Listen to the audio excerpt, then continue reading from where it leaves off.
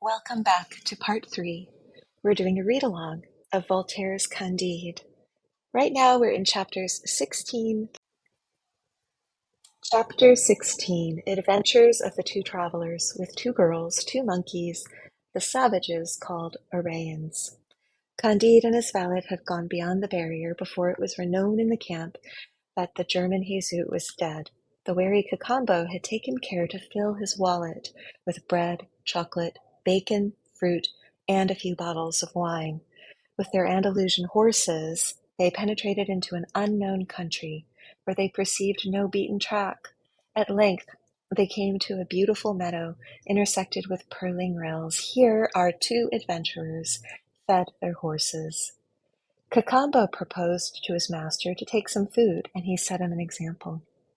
"How can you ask me to eat ham," said Candide, "after killing the Baron's son, and being doomed never more to see beautiful Cunegonde? What will it avail me to spin out my wretched days and drag them far from her, in remorse and despair? And what will the Journal of Trevoux say?" While he was thus lamenting his fate, he went on eating, and the sun went down. The two wanderers heard some little cries, which seemed to be uttered by women. They did not know whether they were cries of pain or joy, but they started up precipitately with the inquietude and alarm which every little thing inspires in an unknown country. The noise was made by two naked girls, who were tripped along the mead, while two monkeys were pursuing them and biting their buttocks.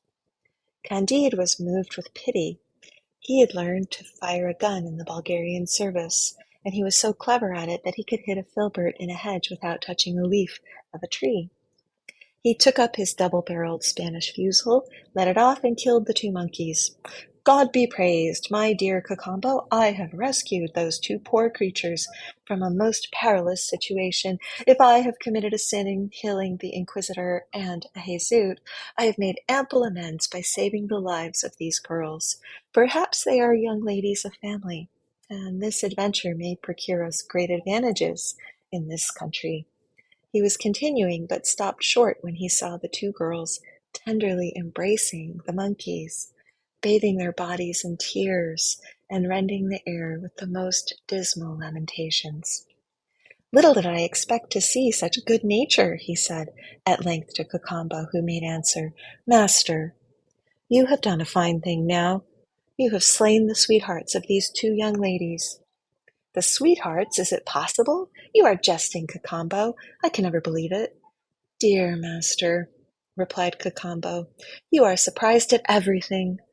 Why should you think it so strange that in some countries there are monkeys which insinuate themselves into the good graces of these ladies?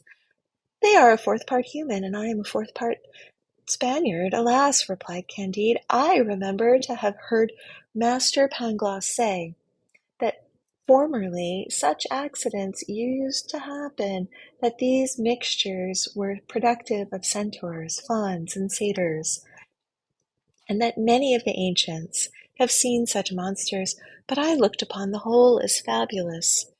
"You ought now be convinced," said Cacambo, "that it is the truth, and you see what use is made of those creatures by persons that have not had proper education.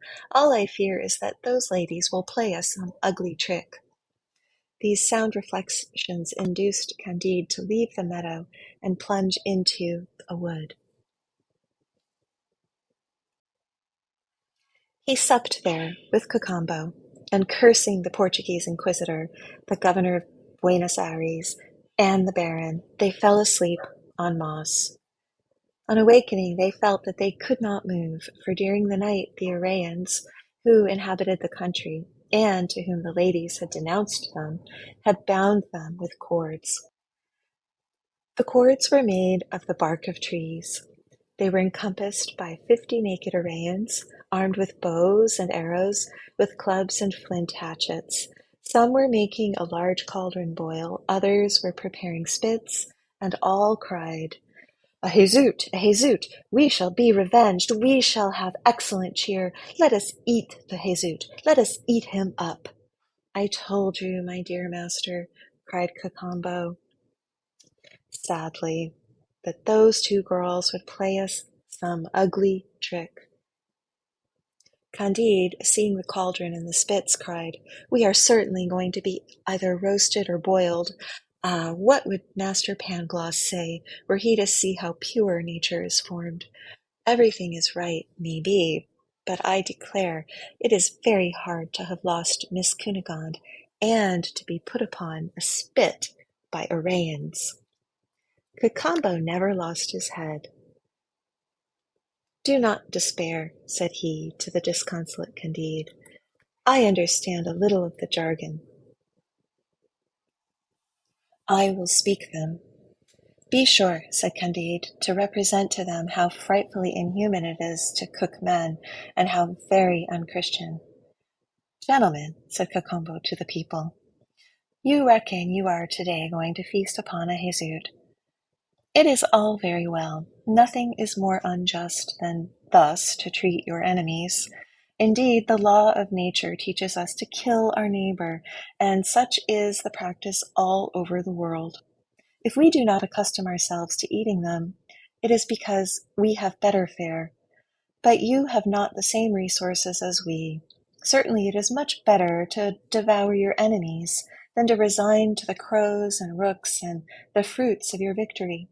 But, gentlemen, surely you would not choose to eat your friends. You believe that you are going to spit a Jesus, and he is your defender. It is the enemy of your enemies that you are going to roast. As for myself, I was born in your country.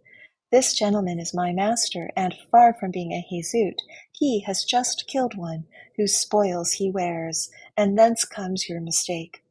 To convince you of the truth of what I say, take his habit and carry it to the first barrier of the Jesus kingdom, and inform yourselves whether my master did not kill a Jesus officer. It will not take you long, and you can always eat us if you find that I have lied to you. But I have told you the truth. You are too well acquainted with the principles of public law, humanity, and justice, not to pardon us." The Arrayans found this speech very reasonable.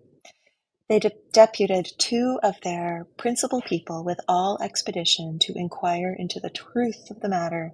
These executed their commission like men of sense, and soon returned with good news. The Arrayans untied their prisoners, showed them all sorts of civilities, offered them girls, gave them refreshment, and reconducted them to the confines of their territories, proclaiming with great joy, "He is no Jesus! He is no Jesus!" Candide could not help being surprised at the cause of his deliverance. "What people!" said he. "What men! What manners! If I had not been so lucky as to run Miss Cunegonde's brother through the body, I should have been devoured without redemption. But, after all, pure nature is good, since these people, instead of feasting upon my flesh, have shown me 1,000 civilities. When then I was not a Jesus. When then I was not a Jesus."